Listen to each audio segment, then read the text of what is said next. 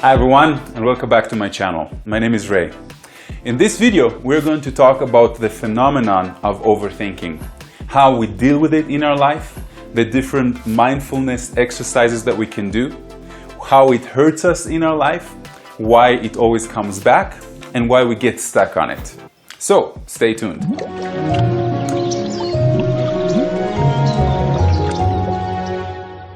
Many people suffer from the subject of overthinking, and it creates mental filters. A mental filter, for example, happens when we go to work and someone says something bad about our work, or we have an argument with someone and we keep thinking about it and it keeps blocking our intuition, it keeps blocking our thoughts because all we do is we think about that thing that bothered us or whatever it is that they told us. Overthinking is also when you start noticing that we're simply miserable and stressful in our life and we don't have 1 minute to truly relax, and when we do have that minute, we see that the mind is actually preoccupied with thoughts. Now, most thoughts are repetitive thoughts that get you nowhere. In other words, 99% of our thoughts are about the future that hasn't happened yet, even if it's just 5 minutes from now, or about analyzing the past, what we did wrong. Those repetitive thoughts are getting us nowhere, just wasting us time. Instead of thinking, we can spend much more time in being. But how do we get there? Focus on the solution and not on the problem. Example, a lot of us are not really happy with our bodies. A lot of us are not really happy with our life or the status of our bank account or anything like that. That's very common. Everybody suffers from those type of things. Some of us are disappointed from ourselves. Now, where are we putting our energy? Are we putting our energy into the disappointment? Are we putting it into the sensation of failure that we have in our bank account? Are we putting it into what I don't want? What type of body I don't want? What type of relationship I don't want? Or can we focus on the solution? And focusing on the solution, and this is a problem, most people try to figure the whole plan out for the solution. And then we get troubled by it. Why? If, for example, you're not happy with your body, then you know you need to go on a diet, and you know you need to go exercise, and you've tried it before, and you don't want the commitment for it. Instead, focus on the first few steps. That means, for example, if you're starting a diet, then just introduce a little bit more raw food into your diet. And the other side is just, take a 10-minute walk every day. Don't think about a month from now. Just think about what you can do right now. But that will shift your attention from overthinking, having that mind filter of overthinking about the problem and focusing much more on the solution. Now, the beautiful thing is that when you have a problem and that problem has a solution, think about the solution. When you have a problem that does not have a solution, don't think about the problem. Why? You're a logical person. You understand that overthinking about something that doesn't have a solution isn't going to get you anywhere. In other words, it's either that you have the patience to wait until a solution will present itself, or let go of the problem. And when you let go of the problem, I promise you, you will find a solution sooner than you believe. And this is what happens to a lot of us. We think about something, we hold on to the expectation of finding the solution for it, and suddenly when we let go of the expectation, our guidance, a person in our life, a friend, someone that gives us advice, we find something on the internet without even looking for it. Why? Because we were emanating the problem, the thought that was really repetitive in our life. And because we were emanating it, we were focusing on what we don't want.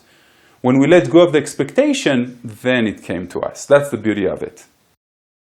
There are many different modalities of quieting the mind. Of course, one of them is meditation or observation, objective observation. Now, not all of us have time for that, and we don't really understand it, and some of us are really afraid of it as well. If you do want to pick up meditation and you have that excuse that you don't have any time, they say that if you don't have 5 minutes for meditation, then you need to do 10 minutes of meditation every day.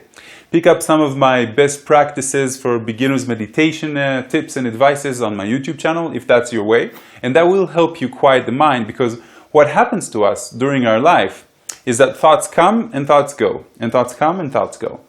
Now, when we notice only the thoughts themselves and not the space in between, sort of like waves in the ocean, then we are focused only on the mind. Now, when we are focused only on the mind cannot help but being in the regular beta frequency.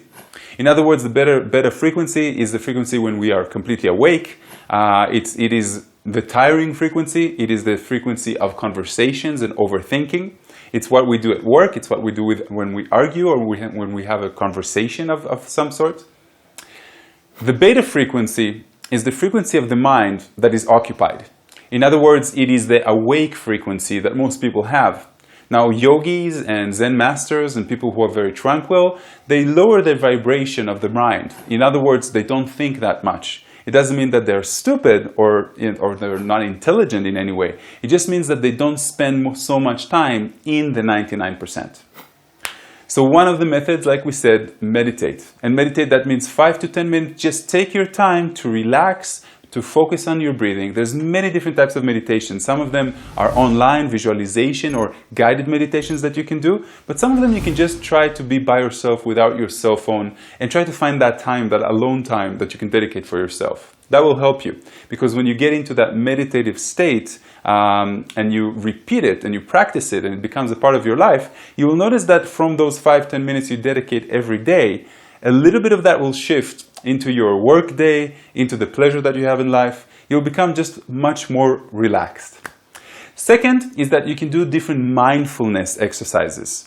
Most mindfulness exercises aim towards having simplicity and minimalism. For example, they will tell you not to eat in front of the television. Focus on just one thing. Do not play with your phone when you're going to have a bowel movement, or when you're talking with someone. Not only that it's impolite, but when you learn to focus on just one thing, your mind and your thoughts won't scatter all over the place. You should also consider where your thoughts actually come from and why there's so many repetitive thoughts. And you should actually learn to distinguish between which thoughts are coming from your ego, your lower self, fear-based decision-making machine that usually doesn't want you to change and keeps you in your comfort zone, to higher thoughts. In other words, thoughts that are coming from a higher guidance, thoughts that you know that without the filter of the ego, they're probably telling you what the best synchronicity, what the best type of people, what the best decisions you can make. And if you wouldn't have that, those, repetitive, confrontational thoughts that are coming to lower your vibration, you would actually just listen to them, following your intuition, and you will see that you don't need to think too much. In other words, you will feel guided. Now, the more you trust your higher guidance, the less thinking you will have. In other words, and this is something that happens when we begin the transition between the 3D and the 5D, we begin our awakening process, our ascension. You will start noticing that you are drawn to different experiences, different people.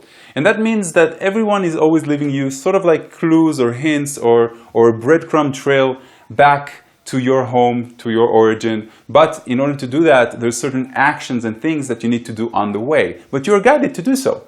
In other words, you don't need to intervene too much with your brain, with your mental capacity, and you're actually guided all the time. So if you trust more that you are guided, that everything is aligned and is happening in the perfect synchronicity, that your life is actually unfolding in front of you, you need to think less. Because thinking, according to Bashar, is arguing with reality. When you are not satisfied with everything in your life, when you are dissatisfied from things in your life, when you are not happy with your relationship, with your job, you tend to think about it quite a lot. So your guidance is actually telling you one thing, and on the other side, your mind and your ego are telling you to stay where you are. And that's why you have so much thinking, Now think about the type of an overthinker that you really are. Are you the worrying type? Are you the solution-oriented type? And then trace your thoughts to their origin. For example, I just had an argument with my wife. I'm overthinking about the solution. I'm thinking about our relationship. I'm judging her. I'm judging myself. Where does that come from? Now, specifically, you have to think about the specific fight and where that originated from. And then you analyze in your belief system, why do I overthink it? Which emotion and what do I get out of it? And this is specifically the best part, right? What do I get out of it? Why do I get out of overthinking about something? And when you analyze that, and you go back to I don't have a solution, I'll focus on the solution. I don't have a problem, I'll focus on the problem, When you go back to that, then focus on the solution. How can this come to any type of resolution in my life? And another type of overthinking that we have is judgment. Judgment wastes a lot of our CPU time, the processing time. Judgment is not only for other people. We're judging the way that the world is. We're fighting, reality. Why? Because we're asking ourselves, how come I couldn't be better? Or how come I don't have enough money? Or how come I'm not a good enough person? Or why don't I think about others before I think about myself? All of those things are self-judgment, judgment of others, judgment of society itself. And that is, again, it's a waste of time. It does not motivate us to judge. When we become more aware of our thoughts and we trace their origin. So, for example, if I'm judging society, it is because I see a reflection within myself of something that I don't really like. That's why I can't accept and embrace society as it is right now. And when I fix that thing inside myself, the judgment disappears.